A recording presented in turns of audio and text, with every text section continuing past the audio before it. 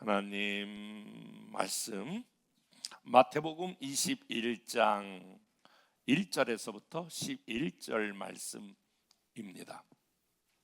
그들이 예루살렘에 가까이 가서 감람산 벳바게에 이르렀을 때에 예수께서 두 제자를 보내시며 이르시되 너희는 맞은편 마을로 가라. 그리하면 곧 매인 나귀와 나귀 새끼가 함께 있는 것을 보리니 풀어 내게로 끌고 오라. 만일 누가 무슨 말을 하거든 주가 쓰시겠다 하라. 그리하면 즉시 보내리라 하시니 이는 선지자를 통하여 하신 말씀을 이루려 하심이라. 일러스되 시온 딸에게 이르기를 내 왕이 내게 임하나니 그는 겸손하여 나귀 곧 멍에 매는 짐승 새끼를 다투다 하라 하였느니라. 제자들이 가서 예수께서 명하신 대로 하여 나귀와 나귀 새끼를 끌고 와서 자기들의 겉옷을 그 위에 얹음에 예수께서 그 위에 타시니 무리의 대다수는 그들의 겉옷을 길에 펴고 다른 이들은 나뭇가지를 베어 길에 펴고 앞에서 가고 뒤에서 다른 무리가 소리 높여 이르되 호산나 다윗의 자손이여 찬송하이로다. 주의 이름으로 오시는 이여 가장 높은 곳에서 호산나 하더라. 아멘. 영원전부터 영원까지 계신 하나님, 온 우주 만물을 다스리시고 통치하시는 하나님이 하나님의 생각을, 하나님의 사람들을 뽑아서 전달했습니다. 그것이 구약입니다. 많은 선지자를 불러서 예레미야야, 호세아야, 이사야야 부르면서 너는 내 뜻을 전하라. 그래서 먼저 그 사람에게 하나님의 계획과 뜻을 전달합니다. 구약에 나타난 많은 선지자들이 먼저 하나님의 그 음성을 듣고 백성들에게 하나님의 뜻이 이렇습니다 라고 전달합니다. 그런데 그렇게 전달할 때마다 사람들은 그 사람에 대해서 그래요, 하나님이 그렇게 말씀했어요 이렇게 받아들이지 아니하고 선지자를 어떤 사람은 잡아 죽이기도 하고 어떤 사람은 그렇게 말하는 사람을 톱으로 켜기도 하고 돌로 쳐 죽이기도 하고, 모두가 다 하나님께서 하나님의 뜻을 전달한 선지자들은 모두가 다 마지막이 비참하게 죽었습니다. 더 이상 하나님은 이제 하나님이 만든 인간, 하나님의 형상을 만든 인간과 소통할 수가 없어서 하나님 그분이 직접 이 역사 가운데에, 이 땅 가운데에 오시기로 결정합니다. 지금 전쟁이 벌어지고 있는 예루살렘과 이스라엘과 그리고 중동 그 지역에 2000년 전에 하나님이 역사 가운데에 등장하시는데 엄청난 하나님의 위용을 가지고 등장하신 것이 아니라 어린 아기 예수로 하나님은 오셨습니다.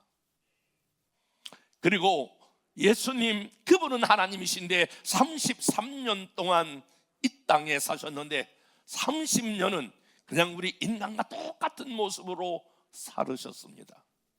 그리고 나머지 3년은 하나님의 아들로, 하나님으로 증명하며 사셨는데, 야, 내가 단순한 예수가 아니다, 내가 하나님이다라고 하는 것을 증명한 것이 지난주 말씀드렸던 잔치집에 예수님이 가셔서 물이 변하여 포도주 되게 하는 질적인 변화를 시키신 하나님으로 모습을 보여주게 됩니다. 예수님은 지금 말하면, 한국으로 말하면 서울과 같은, 이스라엘로 말하면 예루살렘 그 도시에 3년 동안 사신 것이 아닙니다. 그리고 높은 정치 지도자들, 종교 지도자들, 권력이 있는 사람, 부자인 사람, 이런 사람과는 거의 만나지 않았습니다. 예루살렘 처음으로 예수님은 주로 가버나움, 갈릴리 이러한 변두리 지역에, 지금 말하면 시골 촌에 다니시면서 그분이 누구인가를 증명하시면서 사셨습니다. 12살 때에 6월절 날 한번 예루살렘에 올라가시고 2000년 전 오늘 예수님은 3년의 마지막 공생애를 이제 일주일간을 예루살렘에 입성해서 마지막 월, 화, 수, 목, 금요일까지 사시다가 결국 하나님이신 그분은 사람에 의하여 십자가에 못 박혀 죽는 역사적 사건이 2000년 전에 이스라엘 땅에 있었습니다. 그런데 2000년 전 오늘 예수님은 죽으시러, 십자가를 죽으시러 예루살렘으로 입성하는 날, 많은 사람들이 겉옷을 벗고 종려나무 가지를 흔들며 호산나 다윗의 자손이여 그런 환영의 시간을 보냈던 오늘, 저는 오늘 본문에 나타난 마치 영상 기자가 그 뒤를 따라가면서 그 사실을 찍고 자세히 기록하듯이, 오늘 이 본문은 마태라고 하는 제자, 마가, 누가, 요한이라고 하는 4명의 제자가 똑같이 이 사건을 다루고 있습니다. 첫 번째, 예루살렘 입성할 때 가장 부각을 시킨 첫 번째 분이 예수님이요, 두 번째는 나귀와 그리고 나귀 새끼 주인입니다. 세 번째는 청중들의 모습을 마치 자세하게 현미경으로 들여다보면서 그들의 상태를 오늘 본문은 소개하고 있습니다. 이 종료주일에 저는 짧지만은 이 세 부류의 사람을 통해서 주님이 우리에게 말씀하시고자 하는 말씀을 들으려고 합니다. 먼저 예수님의 모습입니다. 예수님은 예루살렘이라고 하는 이 성에 처음부터 나귀를 타고 가신 것이 아니라 처음엔 그냥 걸어서 올라가십니다. 그리고 한 2km쯤 지나서 나귀를 벼랑간에 타시겠다고 말씀하시고 나귀를 타고 골고다 전까지 올라가시게 됩니다. 그런데 예수님이 앞서서 걸어가고 제자들 12명과 많은 사람들이 예수님이 들어가는데 함께 들어가게 됩니다. 여러분, 마가복음 10장 32절 말씀을 같이 한번 읽어볼까요? 시작. 예루살렘으로 올라가는 길에 예수께서 그들 앞에 서서 가신다. 자, 보세요. 그들 앞에 누가 간다고요? 예수님이 가시는 거예요. 그리고 그 뒤에 제자들과 그 뒤에 청중들이 따라오는데, 앞서서 가는데, 그러니까 예수님의 뒷모습이 보겠죠. 뒷모습을 보시면서 제자들이, 그들이 따라해볼까요? 놀라고. 그들이 뭐했다? 아니, 예수님의 뒷모습을 보고 놀라고 따르는 자들은 두려워하더라. 따라해볼까요? 놀라고 두려워하더라. 아니, 예수님 그 뒷모습에 무엇이 있었기에 이 제자들은 놀라고 그리고 두려워하였을까라고 하는 것입니다. 아니, 앞에서 뭐 사람이 인상을 쓴다든지, 앞에서 볼 때 막 뭐 아주 웃기는 이런 표정을 짓다든지, 앞서서 갈 때 저 사람이 왜 저런 표정을 짓지? 이러면서 놀랄 수는 있어요. 그런데 예수님 뒤에서 따르는 그들이 예수님을 보시면서 놀라고 두려워하였다라고 하는 것입니다.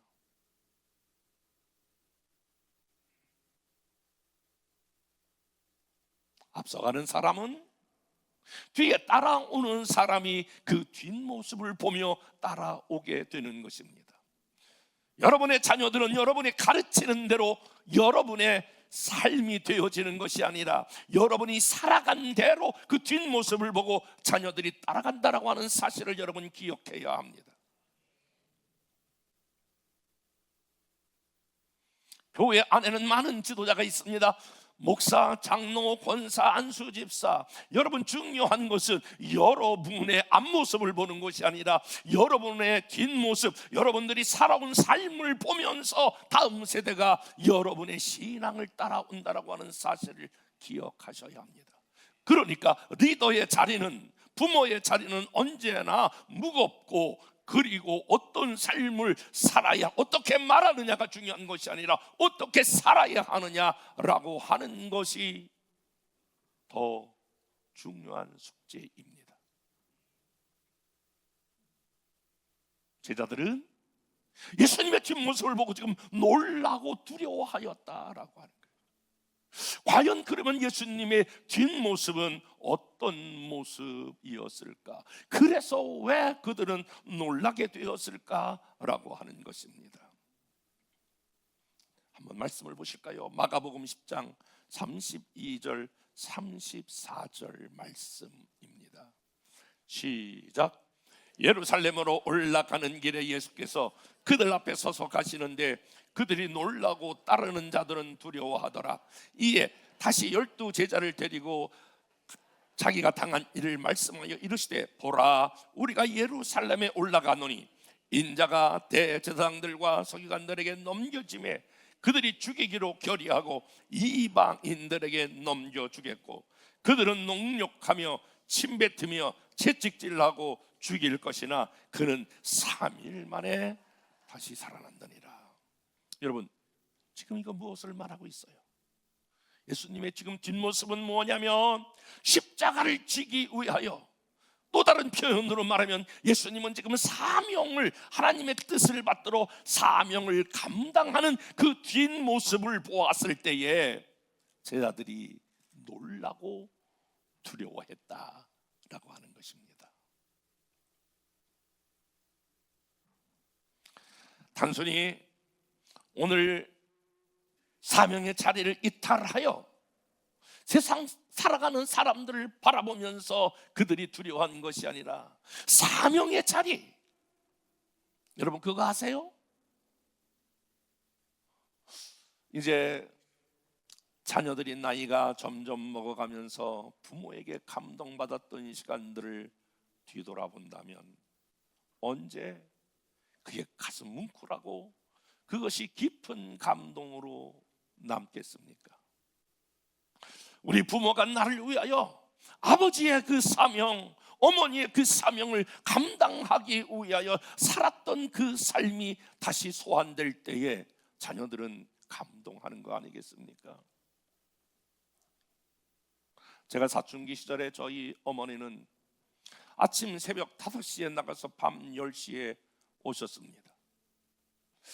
예배 시간에 오시면 남달리 하나님의 깊은 임재와 하나님의 깊은 그런 은사를 받아서 오시자마자 매번 아멘, 아멘. 아니 교회 다니신 지도 얼마 되지 않았는데 어떻게 하나님의 말씀을 아시는지, 내 입을 크게 열라 내가 채우리라. 좋을 때 입을 벌리면서 이렇게 막 조는 모습. 어느 날 집에 와서 엄마랑 다퉜어요. 엄마, 예배 시간에 그렇게 졸지 마요. 진짜 쪽팔려요.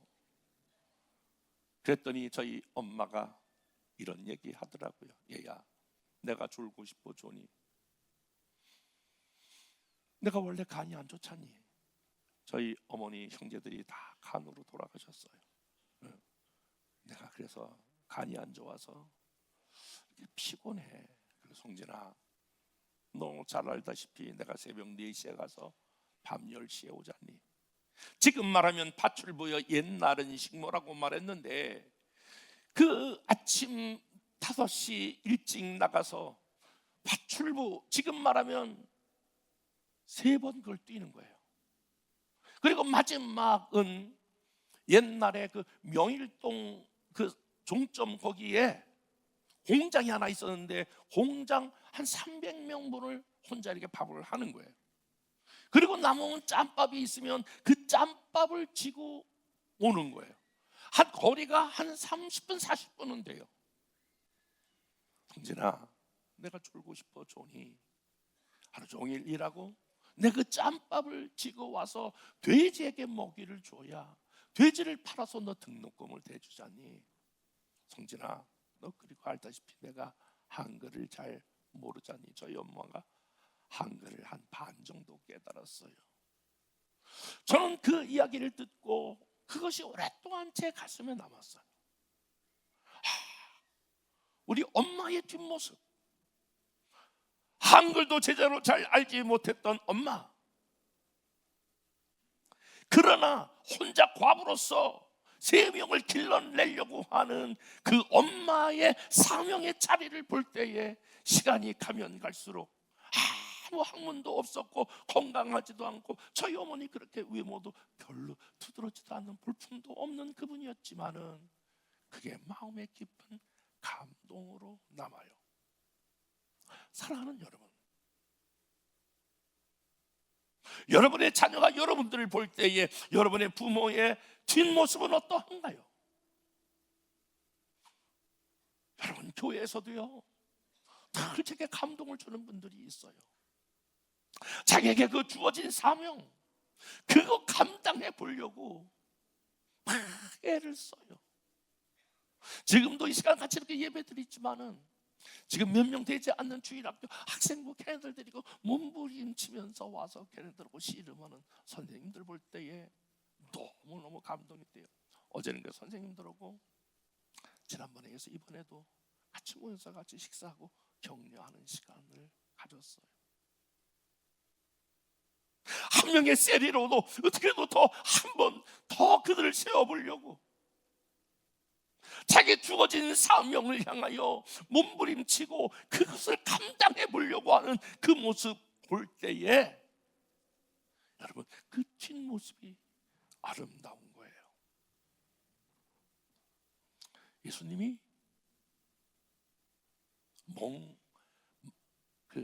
나귀 새끼를 타고 입성하셨어요. 마태복음 21장 4절부터 5절 다 같이 볼게요. 시작. 이는 선지자를 통하여 하신 말씀을 이루려 현의 딸에게 이르기를 내 왕이 내게 임하나니 그는 겸손하여 나귀 곧 멍에를 매는 짐승의 새끼를 탔도다 하라 하셨느니라. 여러분, 나귀를 탔는데 왜 나귀를 탔다고요? 겸손하여 나귀 곧 멍에 매는 짐승을 탔도다라고 하는 거예요. 여러분, 그 옛날에 왕들이 움직일 때는 말을 탔는데 대체적으로 말들은 좋은 말을 탔어요. 백마? 그러면 딱 나와야 되는데 흑마? 그런데 예수님이 저런 말을 탄 게 아니라 뭘 탔다고요? 나귀.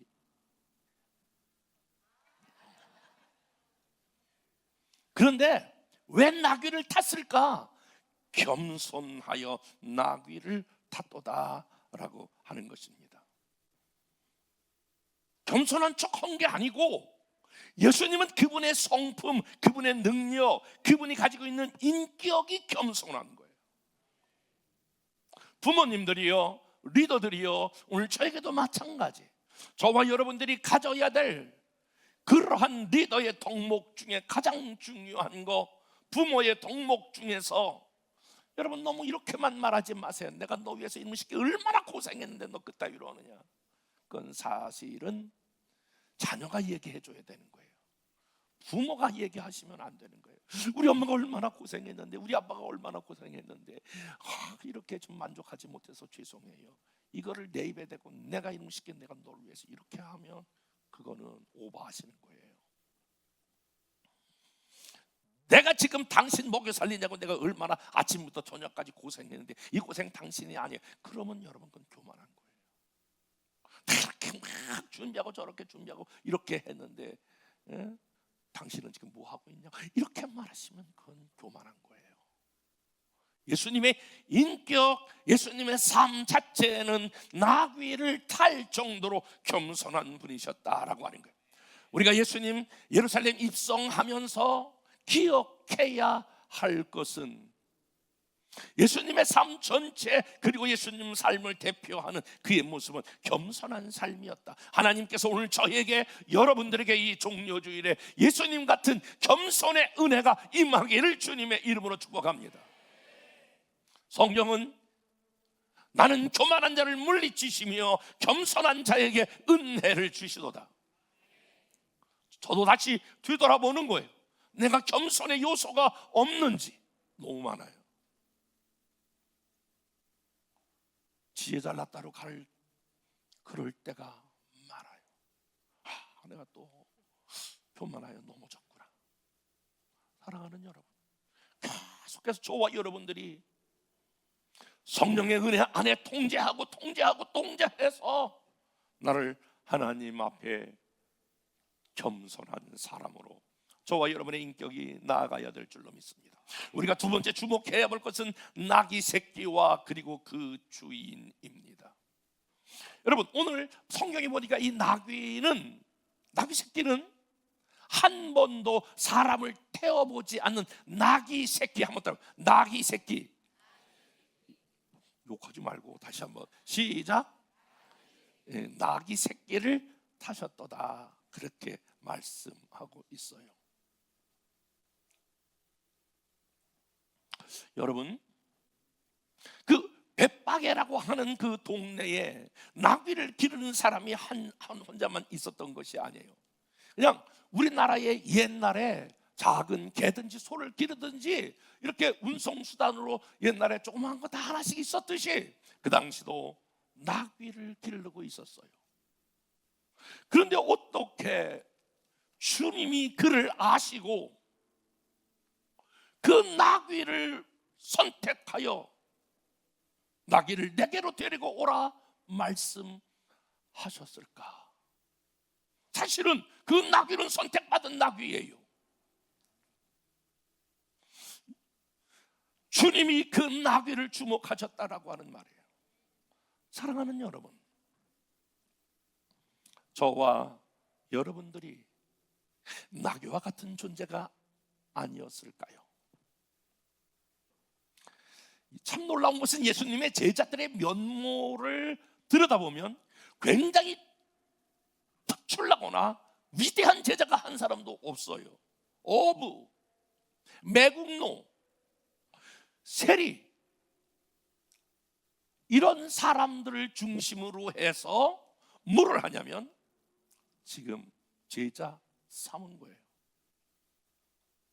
아무도 주목하지 않았지만 예수님은 그와 같이 전혀 드러나지 않는 한 사람 한 사람을 지목하여 예수님 제자로 삼으셨어요. 여러분, 그거 아세요? 여러분이 모르셔요. 모르시는 건 뭐냐면 이걸 모르셔요. 하나님이 여러분을 주목하고 계셔요. 그리고 주목하여 이 자리에 하나님이 불러주셨어요. 이 땅의 많은 사람들 가운데에 여러분의 이름을 아시고 여러분의 출생을 아시고 여러분 됨을 아시고 그 중에 하나님께서 뽑으시고 골라주셔서 오늘 이 자리에 오게 하셨어요. 그래서 이 자리는 사실 내가 온 것 같지만 내가 부르지 아니하면 아무도 내게 올 자가 없느니라. 여러분, 그래서 하나님이 여러분 지금 주목하고 계시는데 하나님이 여러분을 나귀처럼 쓰시고 싶어 하시는 게 있어요. 그런데 만약에 이 나귀가 결정적으로 이 말씀에 묶여 있었다면 그 나귀는 쓰임 받을 수가 없었을 거예요. 마태복음 21장 2절 이르시되 너희는 맞은편 마을로 가라. 그리하면 곧 매인 나귀, 한번 따라해 볼까요? 매인 나귀. 나귀가 풀어졌다고요? 매였다고요? 매인 나귀와 나귀 새끼가 함께 있는 것을 보리니 풀어 내게로 끌고 오라. 사랑하는 여러분, 하나님이 주목하여 여러분들을 이 자리에 오게 하셨는데 진짜 하나님이 쓰시는 사람이 있고 하나님이 쓰지 못한 사람이 있어요. 하나님이 쓰지 못하는 사람은 어떤 사람이냐? 묶여 있는 거예요. 나귀가 끝까지 거기에 묶여 있었다면 그 나귀는 예수님을 등에 업고 예루살렘에 입성하는 엄청난 영광된 자리에 아마 없었을 거예요. 묶여 있으면 하나님 앞에 쓰임 받을 수 없어요. 어떤 사람은 질병에 묶여 있는 분들이 계세요. 날 아파요. 여기 아프고 저기 아프고. 저도 그래요. 아픈 데가 점점 더 많아요. 솔직히 약이 점점 더 늘어나요. 그런데 중요한 건 그럼에도 불구하고 질병에 묶여 있으면 안 돼요. 어떤 사람은 열등감에 묶여 있어요. 뭐 별거 아니었는데도 그렇게 자꾸 실족해. 자꾸 시험이 들어. 저희 교회가 이제 그런 단계는 넘어갔는데 한동안은 아주 시험 드는 게 유행처럼 다 시험 들었어. 그럼 막 아이고 시험 들지 마요. 시험 들면 안 돼요. 막 이런 거 원해가지고. 근데 지금은 안 그래. 열등감에 있어요. 어떤 사람은 교만에 묶여 있어요. 어떤 사람은 자만에 묶여 있어요. 어떤 사람은 우울증에 묶여 있어요. 어떤 사람은 잘못된 습관, 어떤 사람은 잘못된 만남, 어떤 사람은 과거의 상처에 묶여 있어요. 여러분, 묶여 있으면 쓰임 받을 수가 없는 거예요. 오늘 이 종료주일에 여러분 한 사람 한 사람 농담이 아니에요. 여러분, 하나님이 여러분을 주목하고 계세요. 하나님 앞에 쓰임 받는 사람이 되셔야 돼요.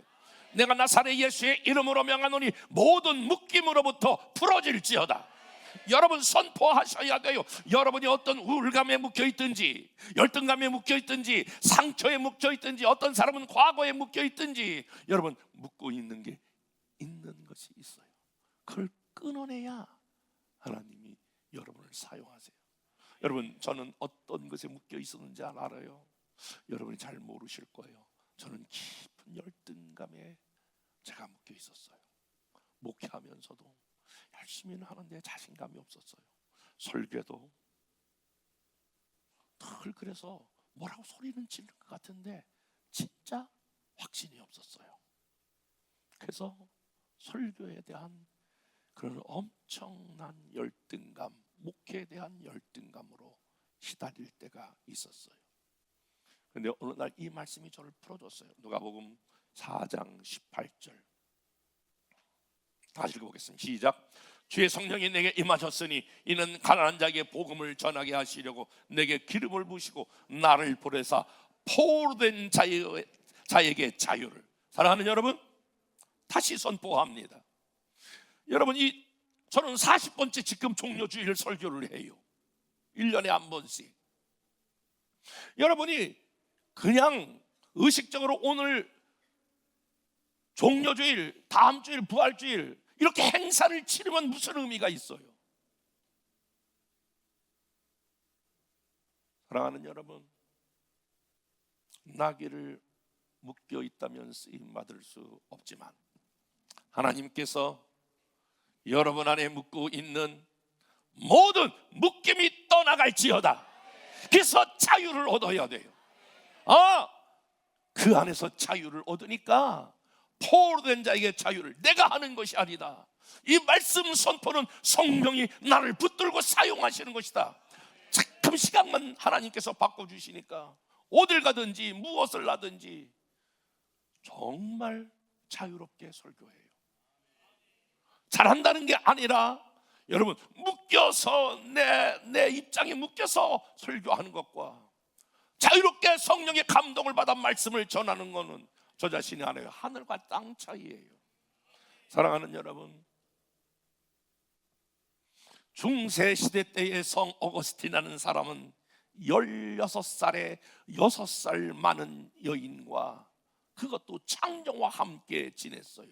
사생활을 낳았어요. 그런 정욕에 묶여 있었던 사람인데 하나님의 영이 그 포로 되었던 정욕을 풀어주니까 여러분 중세시대의 최고의 성자가 되었어요.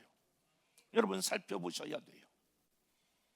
다시 한번 여러분, 하나님이 여러분을 주목하시고 여러분의 묶였던 것들을 이번 종료주일과 고난주간 부활주를 통해서 풀어주시고 과거의 어떤 습관이나 과거의 어떤 죄나 과거의 어떤 문제로부터 우리 하나님은 여러분을 해방시키시길 원하세요.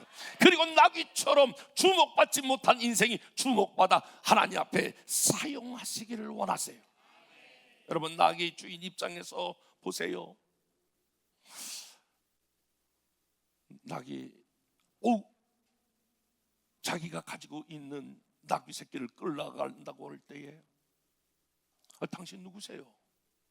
아니 주인의 허락도 없이 이걸 가져가면 어떻게 해요? 당신 이거 절도범인 거 알아요? 몰라요? 이렇게 어필을 할 수 있겠지만 왜 끌러가느냐 그랬더니 주께서 쓰시겠다 라고 말할 때에 그는 두 말 없이 내어 주었어요. 왜 그랬을까요? 이게 지금 나귀 새끼가 내 것인지만은 진짜 이 모든 것을 주신 분의 주인이 주님이다라고 하는 것을 알았기 때문에요. 여러분, 인생이 한 가지를 깨닫게 돼요. 사람이 나이가 먹어가면서 사람이 마지막에는 내가 가지고 갈 것이 아무것도 없구나. 그야말로 빈손으로 왔다 빈손으로 가는 게 인생이로구나 라고 하는 것을 알게 돼요. 한번 여러분 다시 나귀 입장에서 생각해 볼까요?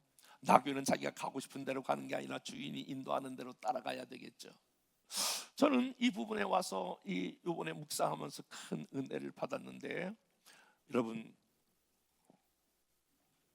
이렇게 들어가게 될 때에 사람들이 막 이제 겉옷을 피고 종려나무가지를 흔들며 호산나 다윗의 자손이여 막 찬송하 이러다 그러는데, 나귀가 야 이거 봐라, 나를 보고 이렇게 환영하네, 나를 보고 이렇게 야 지금 전체가 지금 이렇게 환호하네.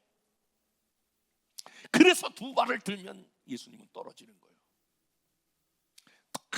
그걸 저는 무슨 생각을 하며 살아가느냐, 나는 예수님을 늘 예수님과 동행하고 예수님을 등에 업은 나귀와 같다.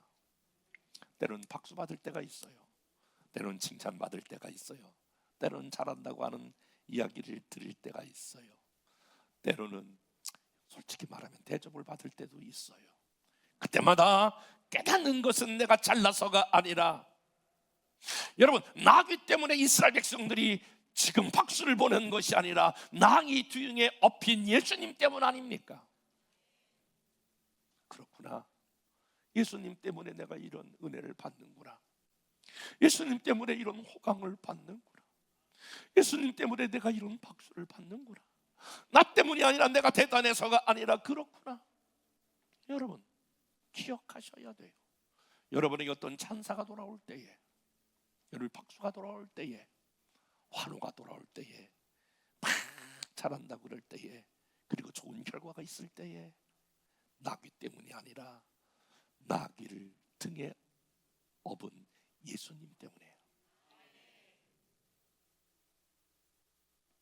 그래서 늘 어떤 생각을 갖게 되냐면, 이런 글이 하나 있는데 시예요. 찬양인데 그거를 내가 찬양을 부를 수 없어요. 어려워서. 한번 띄워봐요. 조준모의 행복한 나귀, 그런 글이에요. 같이 한번 여러분 읽어볼게요. 시작. 묶여있는 저를 풀어주세요. 세상의 욕심의 죄에 나 자신의 묶여있는 저를 풀어주세요. 그리고 주님을 섬기게 하세요. 주님을 등에 업고 살게 하세요. 그러면 세상도 나를 보지 않고 내 등에 업힌 주님을 보게 되겠죠. 주님, 저는 행복한 나귀가 되고 싶어요.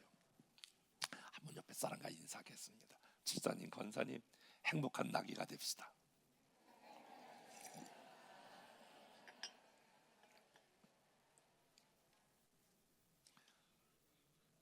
여러분 하나님께서 오늘 나귀 주인에게 나귀 새끼를 요청했던 것처럼, 하나님은 어느 때는 저와 여러분의 건강을 주가 쓰시겠다. 여러분의 재능을, 얘야 내가 너 주목하고 있는데 너의 건강을, 내가 너의 시간을, 너의 재능을, 너의 물질을 쓰시겠다 요청하시는 주님 앞에, 여러분이 주님 앞에 붙들려 쓰임 받으면 그것은 최고의 영광이에요. 여러분 알았어, 1절만 하시지. 자 보세요. 우리는 모두가 다 예수님을 등에 업은 나귀예요. 그런데 그 나귀는 반드시 하나님이 쓰실 때가 길잖아요. 잠깐이에요. 모세가 이스라엘 백성을 인도하여 광야로 나왔을 때에, 여러분 광야까지 인도했으니까 가나안 땅에 들어가야 되잖아요. 그러나 모세는 광야 때만 하나님 앞에 쓰신 거예요. 가나안 땅에는 지금 여호수아라고 하는 나귀가 그 사명을 감당하는 거예요. 여러분, 우리가 하나님 앞에 잠깐 쓰임 받는다는 거 기억하셔야 돼요. 역사적으로도 한 사람을 들었다가 놨다가 또 다른 사람을 들었다가 또 다른 사람을 쓰시는 거예요.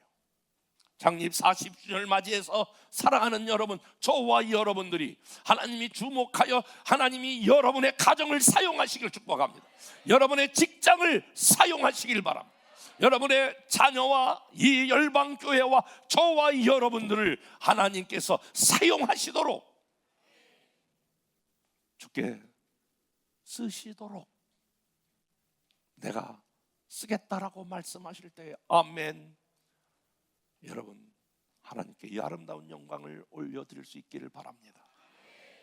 이스라엘 백성들이 지금 들어갈 때 청중들의 반응이 있어요. 호산나 다윗의 자손이요. 여러분, 겉옷을 폈다라고 하는 것은 왕을 말하고 있는 거예요. 종려가지를 들었다라고 하는 말은 승리를 말하는 거예요. 호산나라고 하는 말은 호시안나라고 하는 단어가 복합되어 있는데, 우리를 구원하소서. 사랑하는 여러분, 지금 예루살렘 입성하는 여러분들이 우리의 모든 부분을 구원하실 수 있는 분이에요. 우리의 인생의 문제뿐만이 아니라 영원한 죄의 문제, 그리고 천국에까지 가는 문제를 우리 하나님은 해결해 주신 줄로 믿습니다. 이 종료주일, 우리의 문제뿐만이 아니라 우리의 근본적인 죄와 영원한 영생으로 인도하시는, 문제를 해결하시는 주님 앞에 이번 한 주간 기도하시면서 호시안나 나를 구원하여 주옵소서, 우리 가정과 우리 자녀를 구원하시고 우리 직장을 구원해 달라고 하는 아름다운 은혜의 역사가 일어나기를 주님의 이름으로 축복합니다. 다 같이 일어나서 찬양 바로 합니다.